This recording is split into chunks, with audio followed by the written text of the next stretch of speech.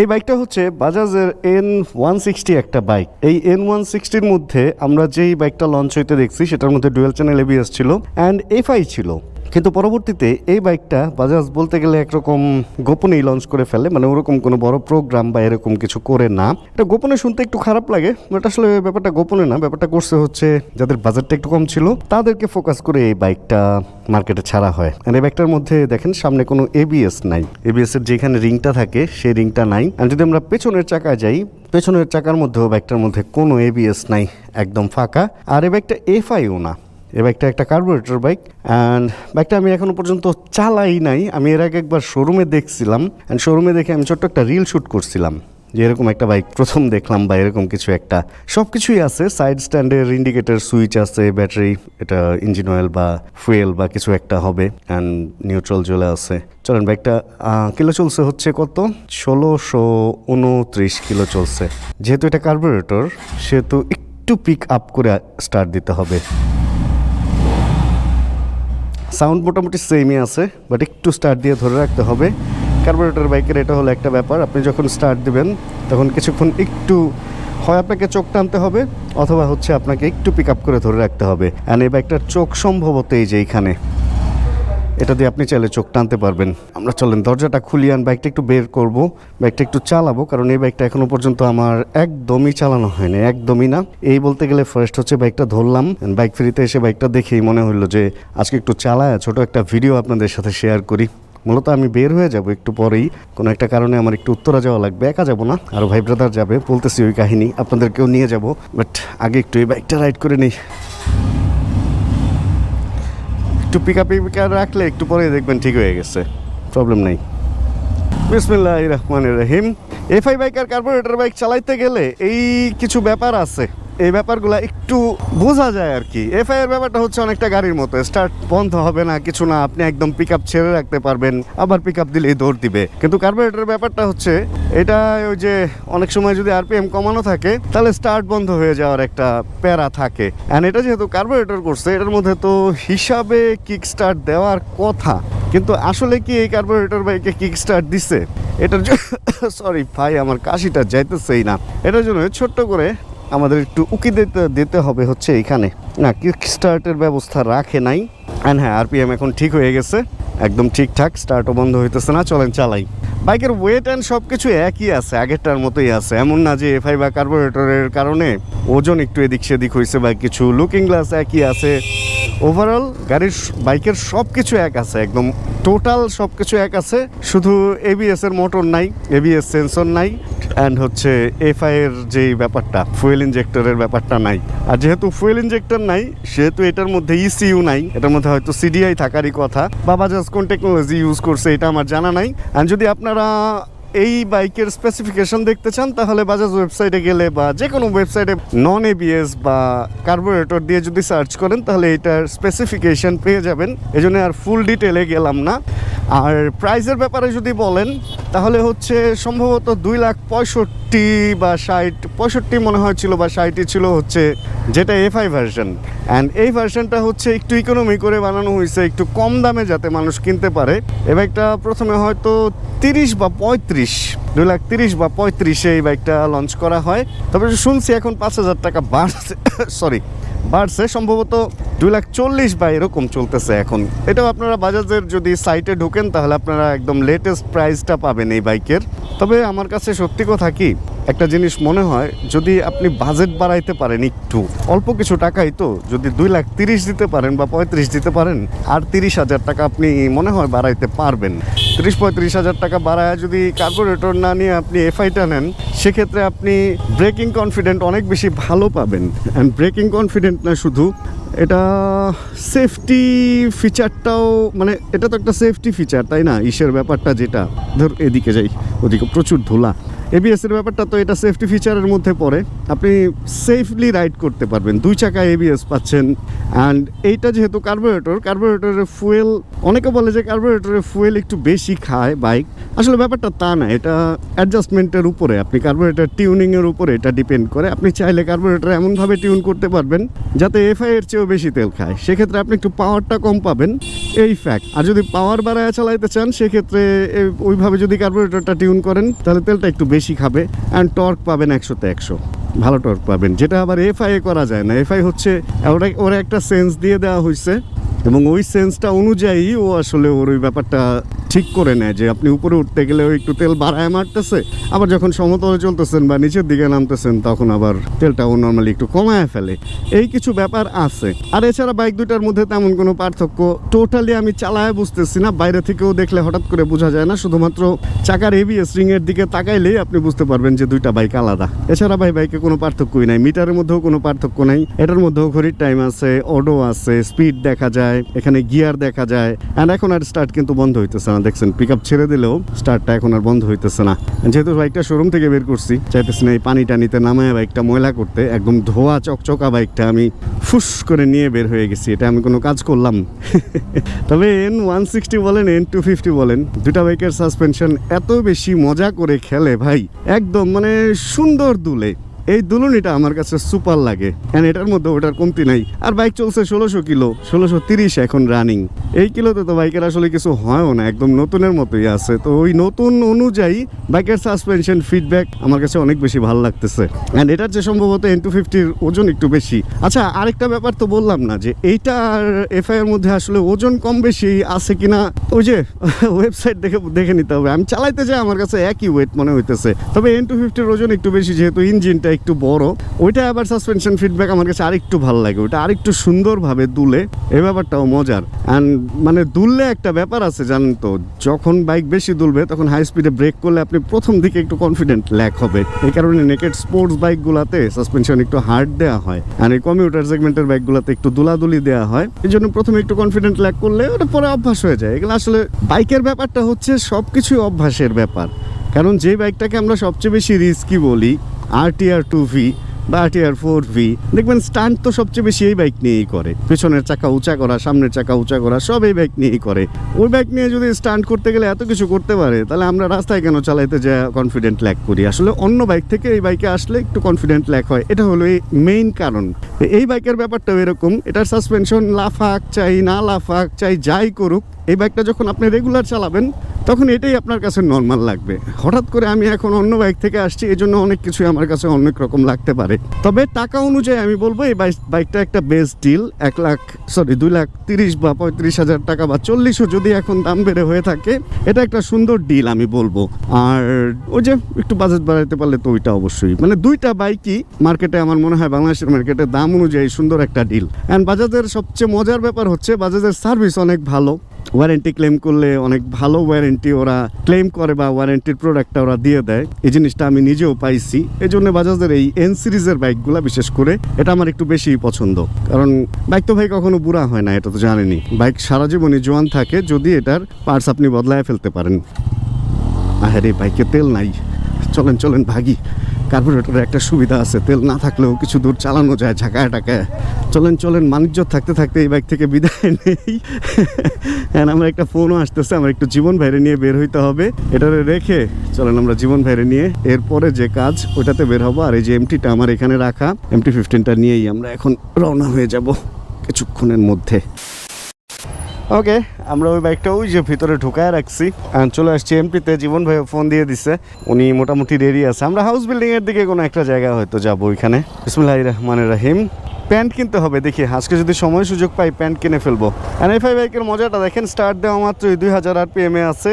And এটা নেমে 1500-1400-তে নামবে একটু পরেই। আমার যদিও দাঁড়ায় থাকার এতটা দরকার নাই, তারপর একটু তেল উঠার টাইম দিই। বাইকটা একটু আগে চালায় আসছি তো মোটামুটি তেল উঠাই আছে, তারপর একটু গরম হওয়ার জন্য টাইম দিলাম। বিসমিল্লাহির রহমানির রহিম। এফআই এর আসলে মজা আছে বুঝছেন, কার্বোরেটর কিছু ক্ষেত্রে মজা, কার্বোরেটরের পাওয়ার ডেলিভারিটা অনেক সুন্দর হয় এফআই এর চেয়ে। মানে আপনি একদম টপের যে পাওয়ারটা ওইটা কার্বোরেটরে অবশ্যই বেশি পাবেন। পাবেন, ইনিশিয়াল পিক আপও বেশি পাবেন, এটাও সত্যি। কিন্তু যদি স্মুথনেসের কথা বলেন, স্মুথ অনেক বেশি হচ্ছে এই এফআই। এখন একটা জিনিস তো আর সব দিকে ভালো হইতে পারে না, তাই না? কিছু দিকে তো একটু এদিক সেদিক হবেই। কার্বোরেটরের কিছু দিকে ভালো, কিছু দিকে বেশি, এবং কিছু দিকে একটু ল্যাক বা কমও আছে। ঠিক ওরকম এফআই এর ব্যাপারটা ওইরকম। যাক, আজকে হচ্ছে যখন শ্যুট করতেছি তখন রাস্তায় মোটামুটি যেরকম ধুলা, ওরকম গাড়ি ঘোড়া একটু একটু আগে কমই ছিল, কিন্তু এখন আবার গাড়ি ঘোড়াও সেই বাড়তেছে 60 ফিটে। তবে 60 ফিটের দুঃখ অনেকটাই মোচন হইতেছে। কালকে ভিডিওতে তো দেখাইছিলাম যে এদিকে রোডের কাজ ধরে ফেলছে, রাস্তার ওই পারে হচ্ছে ইট বিছায়া ফেলছিল, ইটের খোয়া বিছায়া দেন, রোড রোলার দিয়ে মনে হয় চাপাও দিছে। কিন্তু রাতে ঢালাই হয়েছে কিনা আজকে গেলে বোঝা যাবে। ঢালাইগুলা যদি এদিক পর্যন্ত হয়ে যায় তাহলে হয়তো একটু ধুলা টুলাও কমবে, অ্যান্ড বৃষ্টি টিষ্টি যখন হবে ধুয়ে টুয়ে রাস্তা একটু পরিষ্কারও থাকবে। 60 ফিটটা হয়ে গেছে হচ্ছে ধুলার একটা আখড়া, অ্যান্ড এইখানে লোকজনের জন্য এটা খুবই একটা ক্ষতির কারণ। সবারই মোটামুটি ফুসফুসের অবস্থা খারাপ ধুলা খাইতে খাইতে। এই এসআর, আরে অসু ভাই এসআর চালাইতেছে, এসআর 300 চালাইতেছে, শ্যুট করতেছে সম্ভবত। এই বাইকটাও মার্কেটে সেকেন্ড হ্যান্ড চলে আসলো, দেখছেন কয়দিন হয়েছে বের হয়েছে। আর রয়্যাল এনফিল্ডের কথা তো বলতেই নাই, মোটামুটি প্রচুর বিক্রি হইতেছে সেকেন্ড হ্যান্ড মার্কেটে। আর ব্যাপার হলো সেকেন্ড হ্যান্ড বাইক নতুনের চেয়ে বেশি দামে বিক্রি হইতেছে।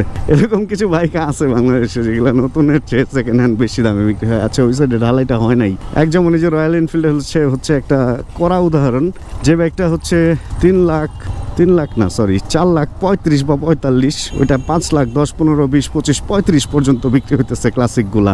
আর আরেকটা হচ্ছে হিরো এক্সট্রিম 125, যেটা 1,71,000 হচ্ছে মার্কেটে দাম, আর এই বাইকটা 1,65,000। চিন্তা করেন, মাত্র 6,000 টাকা কমেও দেখছি আমি বিক্রি হইতে, 65-66 পর্যন্ত মনে হয় দেখছি বিক্রি হইতে। এটার পেছনে কারণ হচ্ছে ওই যে প্রি বুক দিয়ে কিনতে হয়, এই জন্য যারা একদম ইনস্ট্যান্ট চায় বাইকটা, তারা হচ্ছে সেকেন্ড হ্যান্ড কিনতেছে, আর একটু বেশি টাকা খরচ করেই কিনতেছে। রয়্যাল এনফিল্ড ভুল করছি আসলে, 2-3টা যদি বুকিং দিয়ে রাখতাম, এখন মনে হইতেছে যে বুকিং বিক্রি বা বাইকগুলা কিনে এনে বিক্রি করলে বেশি দামে বিক্রি করতে পারতাম, বেশ একটা প্রফিট হইতো অনেকদিন, যদি টাকাটা আটকায় রাখতে পারতাম ওইখানে। এরকম যদি রাস্তা হয় দেখেন কত মজা লাগে, না আছে কোনো ধুলা, না আছে কিছু, সুন্দর। এখানে কোনো জ্যামও নাই, কারণ কি সবাই সবার স্পিড মেনটেন করে চালাইতে পারতেছে। দেখেন 60 ফিটে আমরা 50 পর্যন্ত স্পিড তুলে চালায় যেতে পারতেছি, কারণ সবাই স্পিডে আছে, সবাই চালাইতে পারতেছে। আর যখনই ভাঙ্গা তখনই কেউ না কেউ থামে, আর একজনের জন্য সবার হয়ে যায় প্রবলেম। এই রাস্তার এই পাতাগুলা দেখলে খুব সুন্দরই বোঝা যায় যে বসন্ত আসলে যাচ্ছে, বসন্তের শুরুর দিকে এরকম হচ্ছে রাস্তার মধ্যে সুন্দর পাতা পড়ে থাকে। আর এই পাতাটা শেষ হয়ে যাবে 10 থেকে 15 দিনের মধ্যে। তারপরে আবার গাছগুলা যখন ফাঁকা হয়ে নতুন পাতা হবে, তখন ওইটা আবার আরেকটা রূপ হবে, একটু একটু বৃষ্টি শুরু হবে, একটু একটু নতুন পাতা শুরু হবে, পুরা অন্যরকম ব্যাপার। প্রকৃতির নিয়মটা কিন্তু মানুষের মতোই, দেখেন একটা জেনারেশন চলে যায়, আরেকটা জেনারেশন আসে, এনে যে পাতাগুলা নিচে পড়ে গেছে মাটিতে, এগুলা মাটিতে পচে দেন মাটি হয়ে যাবে, আর নতুন পাতা এসে আবার গাছটাকে দখল করে নিবে। এভাবে আস্তে আস্তে একসময় গাছও পচে যাবে, বা কাঠ হয়ে হয়তো কারো বিছানা হয়ে যাবে, বা দরজা হয়ে যাবে, বা কিছু, বা লাকড়ি হয়ে যাবে, পুড়ে যাবে। দেন একটা সময় ওটাও মাটি হবে, আর ওইখান থেকে আবার নতুন গাছ জন্মাবে আর কি। প্রকৃতির নিয়মটা একদম, এই সাইকেলটা সুন্দর ঘুরে ঘুরে একইভাবে চলতেছে বারে বারে। এইভাবে ফুল যদি আবার একটু সায়েন্টিফিক ব্যাখ্যায় চলে যান, একসময় পৃথিবীও ধ্বংস হবে, হয়তো ওই ধ্বংস থেকে নতুনের সৃষ্টি। এই তো মানে বলে তো এই যে এই পৃথিবীটা নাকি একটা বিস্ফোরণ থেকেই তৈরি হয়েছিল, অ্যান্ড সূর্যের মধ্যে তো বিস্ফোরণ অলরেডি হইতেই আছে, এই জন্যই তো সূর্য আলো দিতে পারতেছে আমাদেরকে। পুরো এই বিস্ফোরণের মধ্যে আমরা আছি রে ভাই। এই জন্য এই জায়গায় আপনি কিভাবে হাইপার হবেন না বলেন? পুরা দুনিয়া, পুরা পৃথিবী, সৌরজগতের ফুল যে ব্যাপারটা, একটা বিস্ফোরণের মধ্যেই ঘোরাঘুরি করতেছি আমরা, তো আমরা তো হাইপার থাকবোই, তাই না? চাইলেও আমরা শান্ত হইতে পারি না, এই কারণে কথায় কথায় হাইপার হয়ে যাই। এই রানা, তুমি এত জোরে চালাইতেছো কেন? আস্তে চালাও, আস্তে চালাও। ছি ছি ছি রে রানা, ছি। লাইফে যে কোনো প্রোডাক্টের মেনটেনেন্সটা না অনেক বেশি ইম্পর্টেন্ট। 10 নম্বর মোড়ে দাঁড়ায় আছি, অ্যান্ড ওই যে ওইখানে সিসি ক্যামেরা দেখা যাইতেছে, অ্যান্ড ওয়ার্নিং দেওয়া কিছু একটা লেখা, এরকম যে লেখা আছে 24/7 আওয়ার ভিডিও, 24 মানে সপ্তাহে 7 দিন 24 ঘন্টায় ভিডিও হয়, এরকম কিছু লেখা। অ্যান্ড 1-2টা ক্যামেরা চেঞ্জ হয়েছে দেখা যাইতেছে, বাকিগুলোর অবস্থা খুব খারাপ, মানে মরিচা টরিচা পরে একদম স্ট্যান্ড যেটার মধ্যে লাগানো, যে পোলটা বা যে বারটার মধ্যে লাগানো, খুবই সুবিধাজনক অবস্থায় নাই। অথচ একজনের বাসা, যদি কারো বাসা বা অফিসের সিসি ক্যামেরা দেখবেন, ওটা কত সুন্দর থাকে, যেটা রাস্তার উপরে লাগানো থাকে সেটাও। এটার পেছনে কারণ হচ্ছে মেনটেনেন্স। যারা সিসি ক্যামেরা লাগায় তারা মেনটেনেন্স করে এসে, বা তাদেরকে ডাক দিলে এসে কোনো প্রবলেম হলে ঠিকঠাক করে। আর এই রাস্তাগুলার ব্যাপার হচ্ছে এগুলো মেনটেনেন্সের আন্ডারে নাই, কেউ একজন লাগাই দিয়ে গেছে টেন্ডার পেয়ে, আর এটা কে ঠিক করবে, কে এটা দেখে রাখবে, কে একটু মুছে রাখবে বা ঠিকঠাক আছে কিনা, কিছুর সাথে ধাক্কা খায় নষ্ট হয়েছে কিনা, এগুলো যদি একটু দেখে টেখে রাখতো কেউ, তাহলে দেখতেন যে এগুলো অনেক দিন পর্যন্ত ভালো সার্ভিস দিত। অ্যান্ড জানেনই তো সরকারি যে কোনো জিনিস কেনাও হয় অনেক দাম দিয়ে, অ্যান্ড কেনা হয় একটু লো গ্রেডেরটা, আর এগুলো আসলে নষ্ট হয় একটু আগে আগে, আর অনেক সময় চুরিও হয়ে যায়। চোর রক্ষার্থে যে জিনিস লাগানো সেই জিনিসই যদি চুরি হয়ে যায় তাহলে তো সমস্যা। এই যে এদিকের খামে হয়তো কখনো সিসি ক্যামেরা ছিল, ভেঙ্গে মাথাটা নাই হয়ে গেছে। অবশ্যই এগুলাও যে ইসের সময় যখন আন্দোলন হয়েছিল তখন জ্বলে টলে গেছে, ওটা অন্য ব্যাপার।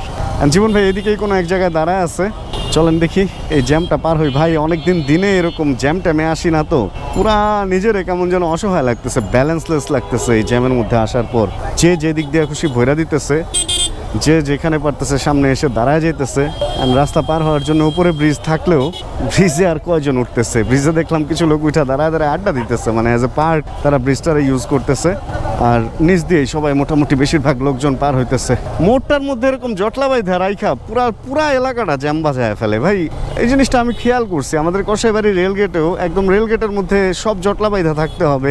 পয়েন্টগুলোতে এরকম জটলা বাইধা থাকলে তো ওইটার কারণে পুরা সব দিকের রাস্তা বন্ধ হয়ে জ্যাম লাগে। কি করবেন বলেন?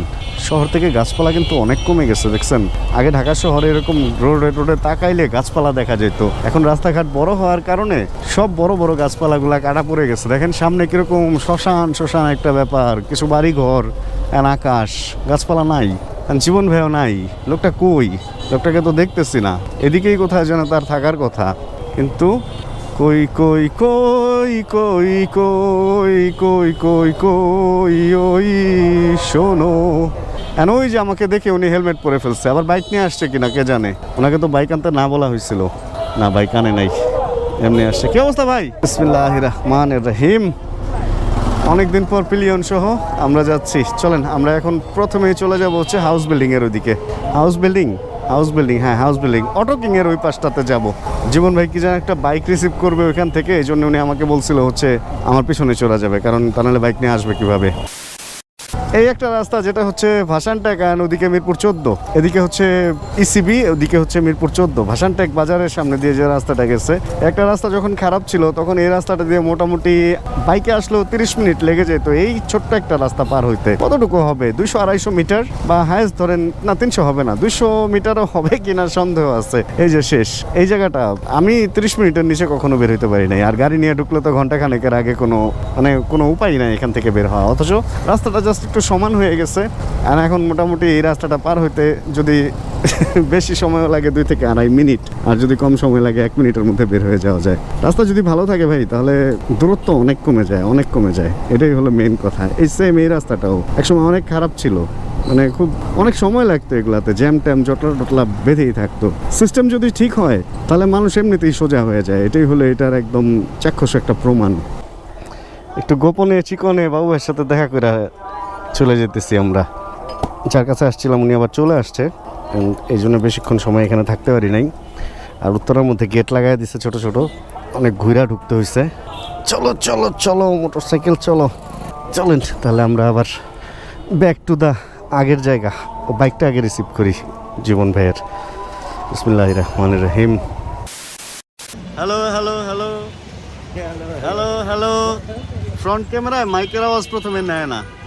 আমরা উত্তরা অলরেডি ঢুকছি, বেশ ফাঁকাই ছিল রাস্তাঘাট। যার কাছে আসছি সে ফোন ধরতেছে না, আমরা খুব বিপদে। আর আজকে মনে হয় হঠাৎ করে একটু গরমও পড়ছে, আমরা আরও বেশি বিপদের উপর, খাড়ার উপর মারার খাবো, ওইটাই আর কি, ওইটাই সেম ওইটাই হলো। রাঙামাটির আনারস, এটা হয় মিষ্টি। আর টাঙ্গাইলে যেটা ওটা ক্যালেন্ডার ভাই, ক্যালেন্ডার অনেক বড় পাঞ্চা। হ্যাঁ হ্যাঁ মধুপুর মিষ্টি। আরেকটা আছে শ্রীমঙ্গলের, ওটাও খারাপ না, ওটা আরো অনেক ছোট, ওটাও ভালো। আর এগুলা তো আমরা নিবই, হচ্ছে 2টা আলাদা করে রাখছি। কাজ শেষে আমরা চলে আসছি অলরেডি 60 ফিটে, বিক্রমপুর মিষ্টান্ন ভান্ডার এটার সামনে। আমরা 104 আনারস খাওয়ার পর মশলা ছাড়া আর 104 নিচ্ছি, মানে এটা এত মিষ্টি, এটাই ভালো, মশলা ছাড়াই ভালো লাগতেছে আসলে, সুপার। এটা রাঙামাটির আনারস না ভাই, দেখছেন? এই লোকটা প্রত্যেকদিন একটা মজো খায়, ওই যে হাতে মজো, ওই যে হাতে মজো খায় এবং মানুষকে খাওয়ায়, এই সেই ব্যক্তি, এই দেশের পণ্য দেশের পণ্য খায়। মানে এই আপা আমাদেরকে ঝালমুড়ি বানায় খাওয়ায়। সবকিছু শেষ করে আসছে হচ্ছে আগার গায়ে, চেহারাটা বের করতে চাইতেছি না। আর এখানে যে একটু আড্ডা টাড্ডা দিতেছি, শেষ রাতের আড্ডা, সময় হলো 10টার মতো। বাইকারদের আড্ডা দেখছেন, কত বাইক, এটা আমারটা, এটা ভাইয়া কিনছে, এই যে এই ভাইয়ার। যেমন ভাই আজকে বাইক আনে নেই, ওনার রাতে নামায় দিয়ে দেন, আমার বাসায় যেতে হবে। আর রাতে একটু ঠান্ডা ঠান্ডা পরে, দেখছেন কুয়াশা কুয়াশা একটা ব্যাপার আছে। আর আপা অনেক মজা করে ঝালমুড়ি বানায়, আমরা এখন ঝালমুড়ি খাবো, ডিমও দেয় ঝালমুড়ির মধ্যে। রাত হলো 11:39 বাজে, এই জন্য একটু উল্টা রওনা হয়ে গেছি এই রাস্তা দিয়ে। এখানে আবার কোস্ট গার্ডের গাড়িও ঘোরাফেরা করে, উল্টা দেখলে আবার খবরও আছে। জীবন ভাইকে 10 নম্বরে নামায় দিয়া দেন হচ্ছে বাসায় ঢুকে যাব। আর মাঝখানে ছোট ছোট কিছু শর্ট নিছি হচ্ছে মোবাইল ফোন দিয়ে, কারণ সে যে উত্তরায় গেলাম, উত্তরা থেকে 60 ফিট আসা, 60 ফিট থেকে আগারগা, অনেক লোকজনের সাথে ছিলাম, টুকটাক যা খাইছি তা দেখাইছি। মাঝখানে একটু ডিনারটাও সেরে নিছি হচ্ছে মুরগি আর ভাত দিয়ে, ওইটা আর ভিডিওর মধ্যে দেখাই নাই। যাই হোক, রাত তো অনেক হয়েছে, যেহেতু বাসার দিকেই ঢুকে যাবো। দেখেন না, এইখানে কিন্তু এখনো উৎসব শেষ হয় নাই, খেলনা টেলনার দোকান টোকান গুছাইতেছে সব কিছু। যাক, তাহলে সব কিছুর পর আজকে ভিডিও শেষ করার সময় চলে আসছে, বিদায় নেওয়ার। আজকের এই ভিডিও এতটুকুই। যদি ভিডিওতে কোনো কিছু ভালো লাগে প্লিজ একটা লাইক দিয়ে দিন। চ্যানেলে যদি নতুন হন প্লিজ সাবস্ক্রাইব করে আমাদের ফ্যামিলি মেম্বার হয়ে যান। অ্যান্ড জানাবেন কে কোন জায়গা থেকে ভিডিও দেখছেন। আর যতক্ষণ পরবর্তী ভিডিও নিয়ে আবার আমি না আসতেছি, ততক্ষণ ইনশাআল্লাহ আমরা থাকবো ভালো, আমরা থাকবো সুস্থ এবং করতে থাকবো চিল, ইনশাআল্লাহ। Chill bro. Check the mic and make sure it sound right, boys.